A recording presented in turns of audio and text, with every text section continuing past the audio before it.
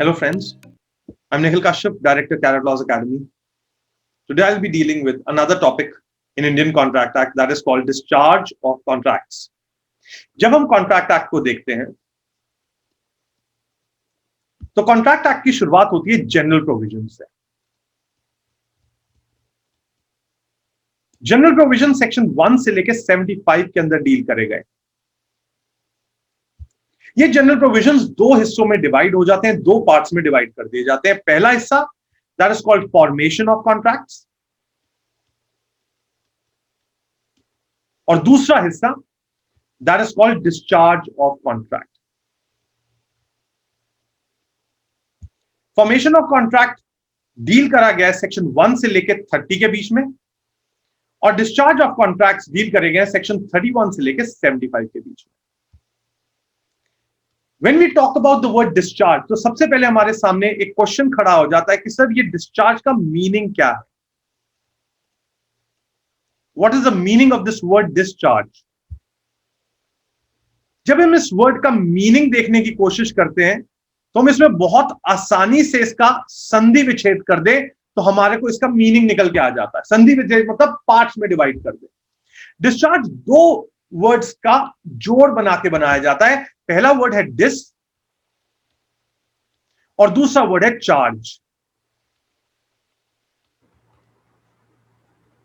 Dish means end and the charge word means liability.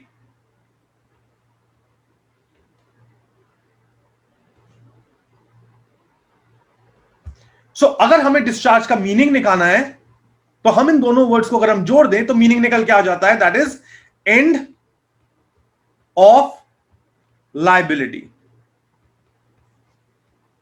So discharge में हम कैसे अपनी लायबिलिटी को खत्म करते हैं, अगर आपके और मेरे बीच में कॉन्ट्रैक्ट हो हम कैसे उसकी लायबिलिटी को एंड करेंगे, इसके क्या मोड्स होंगे, इसके क्या वेज होंगे, इसके क्या मेथड्स होंगे। आज का वीडियो इन मोड्स के ऊपर बात करने वाला है। अब हमें डिस्चार्ज का मीनिंग समझ आ गया कि हमें पता लग गया what is the word discharge means. But before going on starting on the modes of discharge, हम इस पे जाने से पहले, मोड्स ऑफ डिस्चार्ज में जाने से पहले आपको एक प्रिजम्पशन अपने दिमाग में लेके चलनी है। प्रिजम्पशन मतलब एक ऐसी चीज मान के चलनी है कि ऐसा है। क्या चीज मान के चलनी है, क्या प्रिजम्पशन अपने दिमाग में लेके चलनी है? That there is a valid contract. बस इतना सा कि दो पार्टीज के बीच में एक वैलिड कॉन्ट्रैक्ट है।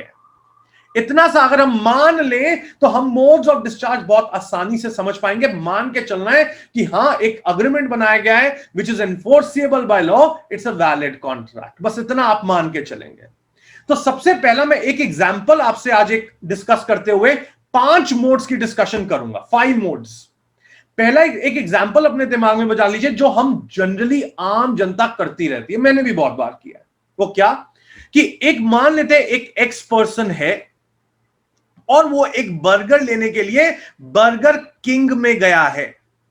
बर्गर ऑर्डर कराया उसने एक, ठीक है। सो ये एक एग्जांपल हम ले लेते हैं। अब बर्गर किंग कैसे कैसे डिस्चार्ज करेगा अपना कॉन्ट्रैक्ट, उस कैसे वो फुलफिल करेगा, इन मोड्स की डिस्कशन हम जरा देखते हैं। बर्गर किंग के पास क्या क्या ऑप्शंस हैं अपने आप को डिस्चार्ज करने के लिए, ठीक है। सो आप गए बर्गर लेने बर्गर किंग में। सो सबसे पहला तरीका, सबसे पहला मोड तो सबसे आसान तरीका है द फर्स्ट मोड।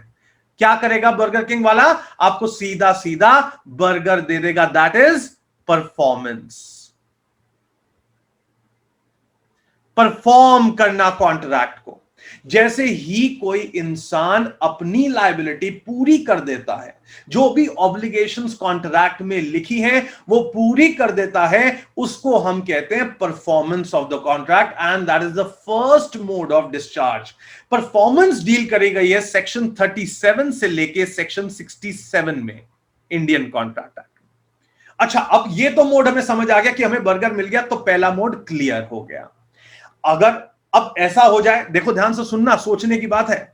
अब बर्गर किंग में आपने बर्गर ऑर्डर करा और हमारे को सेकंड मोड मिलने जा रहा है। वो क्या कि अगर को बर्गर किंग हमें रिफ्यूज कर दे, मना कर दे कि मैं आपको बर्गर नहीं देता, वो रिफ्यूज कर देता है बर्गर देने से, मैं आपको बर्गर नहीं दूंगा, मेरी मर्जी। अब रीजन जेन्युइन हो सकता है, नॉन जेन्युइन हो सकता है, कुछ भी कारण हो, वो बर्गर देने के लिए अगर आपको रिफ्यूज कर देता है, परफॉर्मेंस करने से मना कर देता है, तब हमारे पास सेकंड मोड ऑफ डिस्चार्ज आ जाता है जिसका नाम है ब्रीच। अच्छा, एक बात याद रखेगा, ब्रीच का एक सेक्शन है, सेक्शन नंबर 39। याद रखिएगा, ब्रीच का एक सेक्शन है, सेक्शन नंबर 39। लेकिन यहां पर जब ब्रीच होता है तो ब्रीच के साथ हमें पढ़नी होती हैं रेमेडीज, और इंडियन कॉन्ट्रैक्ट एक्ट में दो रेमेडीज प्रोवाइडेड हैं। एक रेमेडी है रेस्टिट्यूशन की, याद रखिएगा, एक रेमेडी है रेस्टिट्यूशन की, और दूसरी रेमेडी है किस चीज की? डैमेजेस की। कि अगर कोई इंसान अपना कॉन्ट्रैक्ट परफॉर्म नहीं करता तो इंडियन कॉन्ट्रैक्ट एक्ट रेमेडीज भी प्रोवाइड करता है। एक रेमेडी है रेस्टिट्यूशन की, कि रिस्टोर करो, जो तुम्हारे पास आया वो वापस करो। सेक्शन 64 और 65 में इन्हें डील किया गया है रेस्टिट्यूशन को। और डैमेजेस की रेमेडी है जो 73, 74 और 75 तीन सेक्शंस में डील करी गई है डैमेजेस की। अगर वो रिस्टोर नहीं करता या कुछ नुकसान होता है किसी को, तो उसको डैमेजेस पे करने पड़ेंगे। सो रिफ्यूजल से हमारे को दूसरा मोड मिल गया, that is called breach of contract. अब चलो, ब्रीच हो गया, परफॉर्मेंस हो गई, मान लो अगर तीसरा मोड निकालना हो। अब ऐसा हो जाए, आजकल जैसे कोरोना वायरस बहुत फैला हुआ है, कंडीशन आती है कोरोना वायरस बहुत फैला हुआ है, तो अभी जैसे अगर कंडीशन ऐसी आ जाए कि मान लेते हैं कि वो बर्गर किंग जो थर्ड मोड है, उस बर्गर किंग में आग लग गई है, देयर इज अ फायर, पूरा का पूरा बर्गर किंग ही जल गया है इन फायर। क्या बर्गर किंग वाला आपको आपका बर्गर दे पाएगा? या उसके लिए क्या हो जाएगा? It will become impossible. उसके लिए वो बर्गर देना आपके लिए इम्पॉसिबल हो जाएगा। तो तीसरा मोड ऑफ डिस्चार्ज है इम्पॉसिबिलिटी, और इम्पॉसिबिलिटी डील करी गई है सेक्शन नंबर 56 में।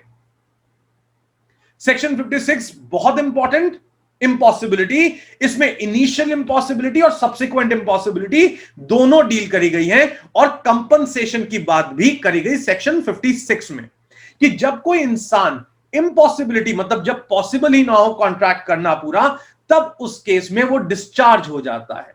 एक एग्जांपल लेते हैं, एक पेंटर है और वो पेंटिंग करता है, उसका एक्सीडेंट होता है, उसके दोनों हाथ कट जाते हैं। Can he make the painting? Can he make the painting? क्या उसी क्वालिटी, उसी लेवल की पेंटिंग बना सकता है? The answer is no. So वहां पर हमारा अग्रीमेंट इम्पॉसिबल हो चुका है। तो हमारा तीसरा मोड ऑफ डिस्चार्ज आ गया, इम्पॉसिबिलिटी। अब हमारा fourth mode, when we look at the fourth mode of discharge, तो चौथा मोड जब हमें बनाना है डिस्चार्ज का, तो वो क्या होगा?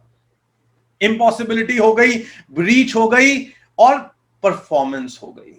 अब आपने एक बर्गर ऑर्डर किया था, ध्यान से सोचिएगा, आपने एक बर्गर ऑर्डर किया, पर वो बर्गर अवेलेबल नहीं है। वो बर्गर अवेलेबल नहीं है, non availability of burger.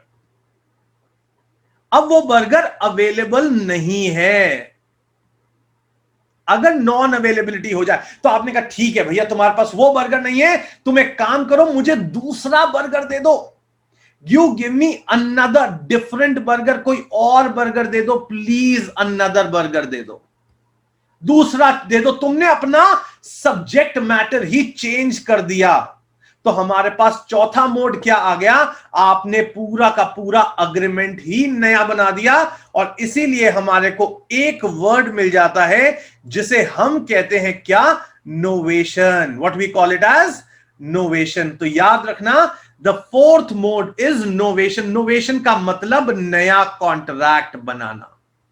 New word से नोवेशन आता है, ठीक है। नोवेशन में अब हम देखें, अगर हम नोवेशन को क्या कह रहे हैं, कि आपने एक बर्गर ऑर्डर किया था पर वो बर्गर अवेलेबल नहीं है, वो बर्गर बिल्कुल मिला नहीं है, तो आपने उसी की जगह दूसरा बर्गर ऑर्डर करा, तो हमारे लिए नया कॉन्ट्रैक्ट। आपने पूरा का पूरा सब्जेक्ट मैटर ही बदल दिया है, चेंज कर दिया, एक बर्गर मांगा था दूसरा बर्गर लेने जा रहे हो, मान लो, तो उस केस में हम उसे नोवेशन कहेंगे। और हां, वो बर्गर किंग आपको दूसरा बर्गर देकर डिस्चार्ज हो जाएगा कि भाई ठीक है, आपने अग्री किया था दूसरे बर्गर के लिए, ये लीजिए दूसरा बर्गर, तो मैं डिस्चार्ज हो गया। ये आया हमारा फोर्थ मोड। यहां पर याद रखेगा इसका सेक्शन नंबर नोवेशन का 62 एंड 63, जिसमें ऑल्टरेशन रेसिशन दोनों डील करे गए हैं, बट हम नोवेशन एक्सेट्रा करके मोड बनाकर चलते हैं। अब आता है पांचवा मोड, पर इस मोड का कोई प्रोविजन आपको पूरे इंडियन कॉन्ट्रैक्ट एक्ट में नहीं मिलता। सर डिस्चार्ज का आखिरी मोड कौन सा है? That is called operation of law. याद रखिएगा, that is called operation of law. जब लॉ ही ऐसी कंडीशन क्रिएट कर दे कि आप अपना कॉन्ट्रैक्ट परफॉर्म ना कर सकते हो, तब हमारे पास फिफ्थ मोड ऑफ डिस्चार्ज आता है। सर ऑपरेशन ऑफ लॉ का कोई एग्जाम्पल मिलेगा? हाँ, बहुत ही इजी एग्जाम्पल दूंगा, इंसॉल्वेंसी। दो लोगों के बीच में एक वैलिड कॉन्ट्रैक्ट बना, एक पार्टी इंसॉल्वेंट डिक्लेयर कर दी गई है कोर्ट के थ्रू। क्या आप अपने कॉन्ट्रैक्ट की परफॉर्मेंस ले पाएंगे? नहीं ले पाएंगे। इंसॉल्वेंट पर्सन किसी भी प्रकार का कोई भी कॉन्ट्रैक्ट परफॉर्म नहीं करता, कोई भी कमर्शियल ट्रांजैक्शन का उसका राइट नहीं होता, और इंसॉल्वेंसी दूसरा लॉ डिक्लेयर करता है, इसलिए हमें इंडियन कॉन्ट्रैक्ट एक्ट में उसका कोई प्रोविजन नहीं मिलता। Just to remember and take a small recap, आज के इस वीडियो में मैंने 5 मोड्स ऑफ डिस्चार्ज डिस्कस करे। The first mode is performance, जब एक पर्सन अपने कॉन्ट्रैक्ट को पूर्णतया परफॉर्म कर देता है, अपनी ऑब्लिगेशंस पूरी कर देता है, तो पहला मोड होता है वो डिस्चार्ज हो जाता है। Second mode of discharge is breach, जब वो अपनी ऑब्लिगेशंस पूरा करने से मना कर देता है, कहता है भाई मैं तो अपनी ऑब्लिगेशन नहीं करूंगा, तो ब्रीच कर देता है, वो है डेल्ट सेक्शन 39 में। तीसरा डिस्चार्ज का मोड है जब कॉन्ट्रैक्ट अपने आप इम्पॉसिबल हो जाए।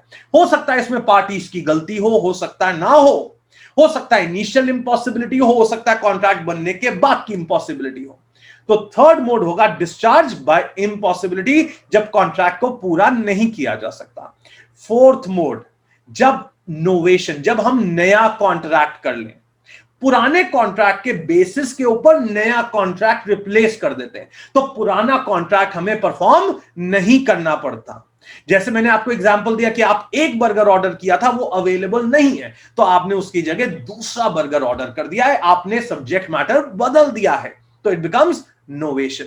और fifth mode is operation of law, जब लॉ ही कॉन्ट्रैक्ट की ऐसे सर्कमस्टांसेस खड़ा कर दे कि आप कॉन्ट्रैक्ट को परफॉर्म ना कर पाए।